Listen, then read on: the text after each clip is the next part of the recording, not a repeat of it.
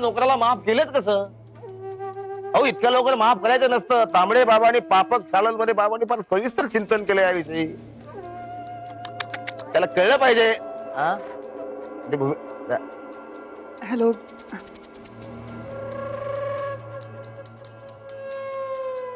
नंतर कर.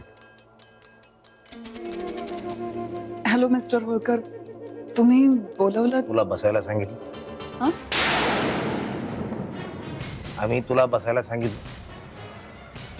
नाही. कशी बसली? खाली बस. इथे खाली बस. मी खाली? हो, तू खालीच बसायचं. खाली बस, खाली बस, खाली बस. जमिनीवर इथंच खाली बसायचं तू. जमिनीवर समजलं? पण मिस्टर होळकर. मिस्टर होळकर नाही, आजपासून मला मालक म्हणाय. मी मालक, नोकर, हे बघ, चाकर, सर्वांट, स्लेव. मिस्टर होळकर, मी मालक, मालक म्हण. मालक म्हण. मालक. मालक. इथून पुढं मी जे सांगू ते करायचं. आम्ही जे बोलायला सांगू ते बोलायचं. समजलं? अट नंबर 1, तुझे कपडे घातले ना, इथून पुढे असे कपडे घालायचे नाही. तुम्ही आमच्या मिसेसला बघितलंय, मंजुषा होळकरला बघितलंय? त्या कशा साडी तापून चोकून नेसतात, तशी साडी तुम्ही नेसाय.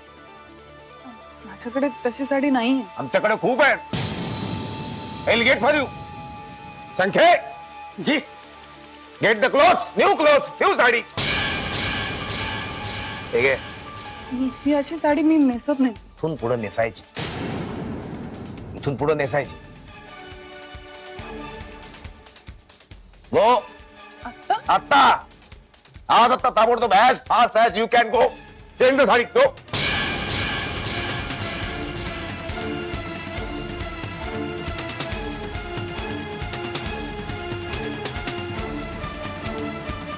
सदा सत्य की राह चलूं मैं, बाबा पाप के पग को कभी ना धरूं मैं. सदा भक्ति की जय हो बाबा, सदा भक्ति की जय हो बाबा, जय हो बाबा. नेत्रा, प्रियाला कुठे बघितलंस का ग? अगं कुठंच दिसत नाहीये. आमच्या रूम मध्ये बी नाहीये. आता तुम्हाला माहिती नाही का, ती गेली अमेरिकेला. जाताय तिच्या मागे? मी तुला सरळ विचारलं तर सरळ उत्तर देता येत नाही. नेहमी वाकडं तशी राहायला हवं का? हो, मजा येते मला खूप तुमच्या खोड्या काढायला. माझे एकुलता एक टाइमपास आहात ना तुम्ही घरातलं. थोबाड फोडी ना, जास्त वटवट केलीस तर. प्रिया कुठे गेली ते सांग. प्रिया ना, प्रिया भुर गेली. गेली? अगं कुठं गेली? देवळात. देवळात गेली. देवळात? आणि ती बी एकटी? तर देवळात काय वरात घेऊन जायचंय का? काय बोलताय आत्या? माणूस देवळात कशाला जातो? मनशांती मिळवायला. तिथे काय 4 लोक घेऊन जायचे का? आणि सध्या प्रियाच्या आयुष्यात जे काही चाललंय. होय, खरं आहे. सध्या तिच्याबरोबर जे काही चालू आहे ना व, ते कल्पना शक्तीच्या पलीकडलं आहे बघ. आहे, मी आता तुला सांगते बघ. आपल्या घराला ना कुणाची तरी दृष्ट लागली. आता प्रियाचं लगीन ठरतंय ना व, मग बाहेरच्यांच्या नजरेत खूपच असेल ते काय नाही. नेत्रा, प्रिया देवळात ना आली की मला लगेच सांग. मी स्वतः तिची नजर काढणार आहे. आधी जी पाप करून ठेवली आहेत ना ती नडतायत आता. तिला कोणाची नजर लागणार आहे? पुन्हा काळ्या तोंड्याची नजर लागली असेल तर ती तरी उतर. हो सांगते. शुक्ल काष्ट माग लागलंय बघ, दुसरं काय. दोघींची बी मला काळजी वाटायला लागली. म्हणजे मंजिरीचा संसार व्यवस्थित चालू होता तर नशिबानं तिथं खिळा मारून ठेवला. आणि आता ही प्रिया तिचा तो सुहास समजूतदार आहे म्हणून बरं झालं. नाहीतरी एका पाठोपाठ एक अशी काही संकट येतात म्हणून सांगू. पण तो पोरगा समजुतीने घेतोय बघ. लय गुणाचा आहे पोर. प्रियाचं नशीब थोर आहे म्हणून तिला असा जोडीदार गावला. आता त्या दोघांचं व्यवस्थित लगीन झालं आणि समजा सुरळीत झालं, लय बरं होईल. मला विश्वास आहे बघ. वय एकदा का सुहास आणि प्रिया लग्नाच्या बेडीत अडकले ना की समजा सुरळीत होईल.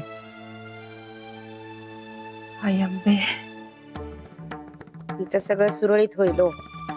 पण तो बिचारा सुहास, तो अडकेल त्याचं काय? Good, very good. आता कसं एकदम मराठमोळं सौंदर्य. बस खाली. 8 नंबर 2, मुधोळ कराच्या घरातला गाशा गुंडाळून यायचं आणि इकडे येऊन पडायचं. आधी मी तुझ्याशी लग्न करणार होतो, आता तेही करणार नाही. बिगर लग्नाचं तू माझ्यासोबत राहायचं. मी मालक, तू नोकर. नाही पण असं कसं, म्हणजे इथे यायला काहीतरी कारण पाहिजे ना. नाहीतर सत्यजितला संशय येईल माझ्यावर पण आणि तुमच्यावर पण. प्लीज माझा काहीतरी विचार करा मालक. ठीक आहे, पण आमचे सन्माननीय स्वीय सहाय्यक संख्ये तुम्हाला कधीही फोन करतील, तो फोन अटेंड करायचा.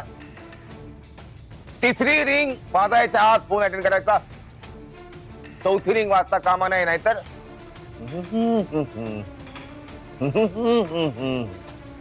सगळा माज, सगळी मस्ती तिकडे ठेवून यायचं. मी घेऊ आता.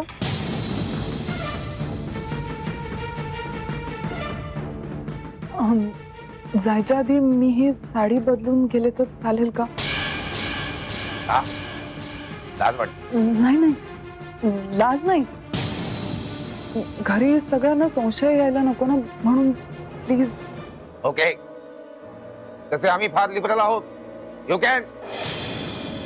सोलापूरचा रंकाळा, पुण्याचं बॅकवॉटर, मुंबईची खाडी. सोलापूरचा रंकाळा, पुण्याचं बॅकवॉटर, मुंबईची खाडी. आमच्या समोर येताना हवी पूर्ण साडी, पूर्ण साडी.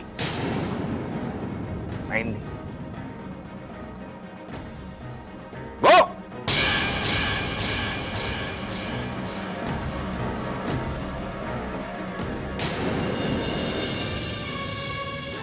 सुखी ठेव रे बाबा.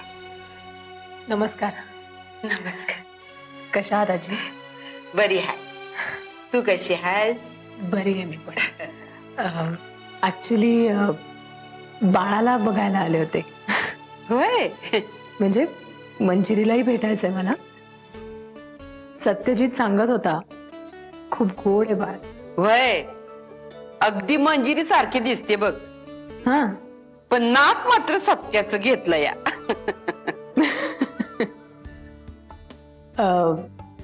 थोडीशी खेळणी आणली आहेत बाळासाठी. चल चल आत ये. थांबा.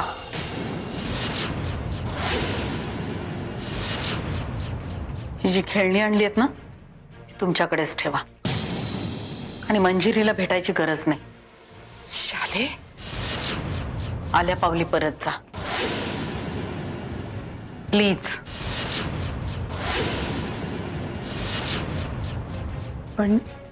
पण शालिनी मावशी. उगीच नसती ना ती जोडू नका. मला मावशी म्हणायची काही गरज नाही. अहो पण तुम्हीच मला. हो, मीच सांगितलं होतं तुम्हाला मला मावशी म्हणायला. ती चूक होती माझी. आता मीच सांगतेय ना म्हणू नका म्हणून. मला जास्त बोलायला लावू नका. निघा इथून. अगं शाले, काय बोलतीय तू? हा, ते पाहुण्या म्हणून आल्या ती आपल्याकडं? विचार करूनच बोलतीये सासूबाई. ह्या बाई आपल्याकडे पाहुण्या म्हणून आल्यात, म्हणूनच इतक्या सौम्य भाषेत बोलतीये. एरवी मला याचं तोंड पाहायची पण इच्छा नाहीये. आणि हो, पिल्लूला आणि मंजिरीला नाही भेटला तर जास्त बरं. मनात कपट ठेवून चेहऱ्यावर प्रेम आणि आस्था दाखवणारी माणसं मला नको आहेत या घरात. शाले, सासूबाई प्लीज, तुम्ही यात पडू नका. तुम्ही गेला नाहीत अजून. हे बघा, पाहुण्यांना अशा पद्धतीने वागवायची सवय नाहीये माझी. मला आणखीन वाईट वागायला भाग पाडू नका. हो, जाईन मी, पण जाण्याआधी मला हे कळलं पाहिजे की तुम्ही माझ्याशी अशा का वागताय. स्पष्ट बोलायचं नव्हतं मला, पण तुम्हाला ऐकायचंच आहे तर मग मीही बोलते. माझा मुलगा सत्यजित तुमच्या घरी एक रात्र राहिला होता, आठवतंय ना?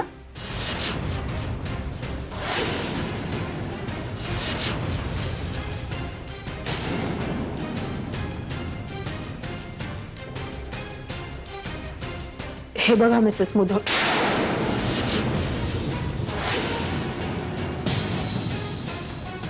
सभ्यपणाचा बुरखा तुमच्यासारख्या बायकांना खूप चांगल्या पद्धतीने पांघरता येतो, मला माहितीये. मला जास्त बोलायला लावू नका. अपमान करून घ्यायचा नसेल तर प्लीज निघा.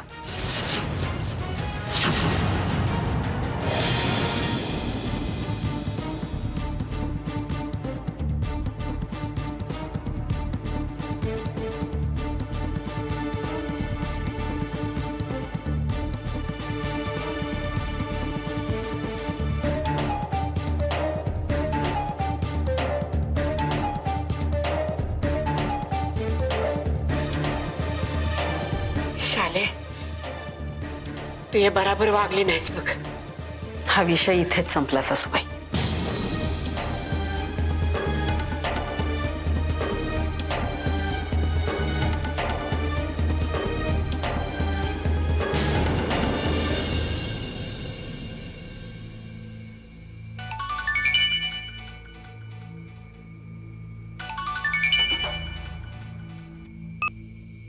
हा नेत्रा, बोल. कुठे होतीस तू आणि फोन उचलायला एवढा का वेळ लावलाय? कुठे असणार? दादाच्या घरी आहे. बोल पटकन, तू कशाला फोन केलाय? मी एवढंच विचारायला फोन केलाय की तिथनं निघालीयस का नाही, का त्या गावठी हिरो बरोबर लग्न करू तिथेच सेटल झालीयस तू? तसं असेल ना तर तुझं गिफ्ट पाठवून देते पोस्टाने. मी तिथे आले तर अजून बोंब होईल माझी. नेत्रा गप्प बस. संदर्भ नसताना बडबड बडबड.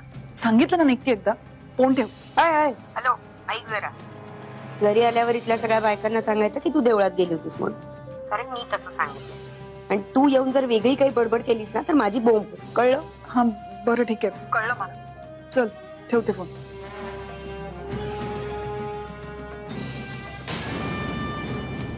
अहो नाही नाही धुरंधर साहेब, तुमच्यासारख्या माणसाला भेटायला मिळणं हे मी माझं भाग्य समजतो. नमस्कार साहेब. साहेब मी तुम्हाला थोड्या वेळाने फोन करू का? नाही, आपले मित्र आलेत भेटायला, इन्स्पेक्टर ठाकूर. हा अहो नाही नाही, आता ते स्वतः माझ्या ऑफिस पर्यंत आलेत म्हटल्यावर त्यांना भेटावं तर लागेलच. आणि कसं आहे, आपण आपल्या दारावर आलेल्या भिकाऱ्याला सुद्धा मान देतो. नाही नाही, तुम्ही मला सांगा, तुम्ही जागा सांगा, तुम्ही वेळ सांगा, मी हजर होईन. हो हो, ओके, बाय बाय. अरे ठाकूर साहेब बसा ना. नाही नको, ठीक आहे. हा नाही, तुम्ही काही बोललात का आता? मला ऐकायला नाही आले काय? एवढा नम्र स्वर ऐकायची सवय नाहीये मला. नाही नको, मी उभाच ठीक आहे. तुम्ही ती पांडुरंग पाटीलची केस. अरे हो, फार भीषण प्रकरण आहे होते. Very sad. एका तरुण मुलाला अटक काय होते आणि मग पोलीस कोठडीतच त्याचा जीव काय जातो. आधी असं वाटतं की त्यानं आत्महत्या केली आहे, पण नंतर त्याच्या शरीरावर जखमांचे निशाण सापडतात. अरे हो, त्या प्रकरणात तुम्हीच सस्पेंड झाला होतात नाही का? पण मला एक सांगा, तुम्ही ते सगळं प्रकरण त्यावेळी दाबलत कसं? नाही म्हणजे नेमकं केलं काय? अरे आणि आजच मला असं कुठून तरी बातमी मिळाली की ते प्रकरण रिओपन होतंय म्हणे. मी माफी मागतो साहेब. माझी माझी माफी? कमाल आहे ठाकूर. तेव्हा मी एक साधा नागरिक आहे, तुम्ही पोलीसवाले आहात आणि मला पोलीसवाल्यांबद्दल खूप आदर आहे. कारण मला या गोष्टीची पूर्ण जाणीव आहे की पोलीसवाले त्यांचं कर्तव्य नीट पार पाडतात, म्हणूनच आम्ही आमच्या घरात सुखानं झोपू शकतो. पण सॉरी टू से ठाकूर, तुम्ही तुमच्या कर्तव्यात चुकलात. तुमचं काम मधुराची केस इन्व्हेस्टिगेट करणं होतं, ते सोडून तुम्ही माझी पर्सनल मढी उकरायला निघालात. आता तुम्हीच सांगा, माझ्या पर्सनल टेरिटरीमध्ये एखादा माणूस घुसखोरी करत असेल तर मी कसं सहन करायचं? साहेब प्लीज, मी हवं तर पाया पडतो तुमच्या. पाया पडू नका. सस्पेंडेड असलात तरी पोलीस आहात.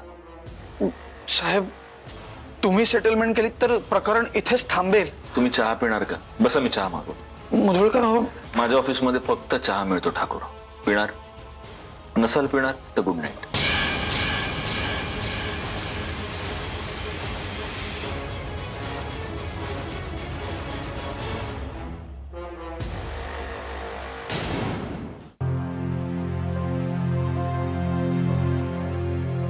प्रिया, आलीस?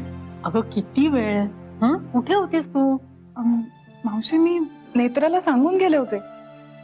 ती बोलली नाही का मी देवळात गेले म्हणून? हो.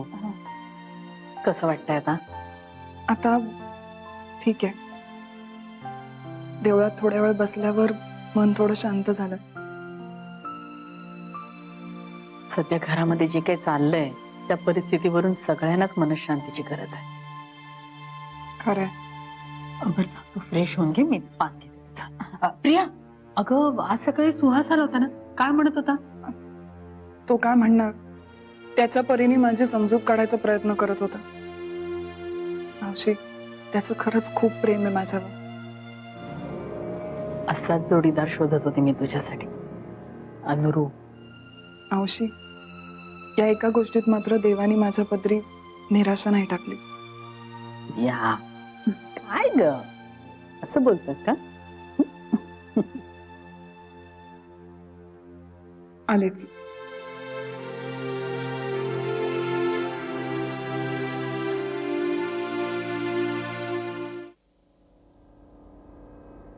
काय ग, राम काला एवढा? दादानी परत काही करायचा प्रयत्न केला का? हं? त्यांनी तसं काहीही केलं नाही. पण मग एवढी का घाबरलीस तू? भूत बीत बघितलंस का काय? नेत्रा, एक विनंती करते. आता मी मस्करी करण्याच्या किंवा ऐकून घेण्याच्या मूड मध्ये नाही. जर तुला नीट बोलायचं असेल तर बोल, नाहीतर गेलीस तरी चालेल.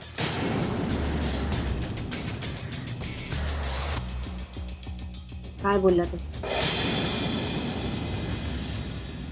नेत्रा, आज तो काहीतरी वेगळाच होता. म्हणजे पूर्वीसारखा नव्हता. त्याचं वागणं बोलणं सगळंच बदललं होतं.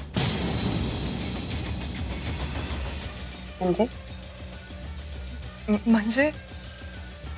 म्हणजे यापुढे मी त्याला मॅन्युप्युलेट करू शकणार नाही हे माझ्या लक्षात आलं.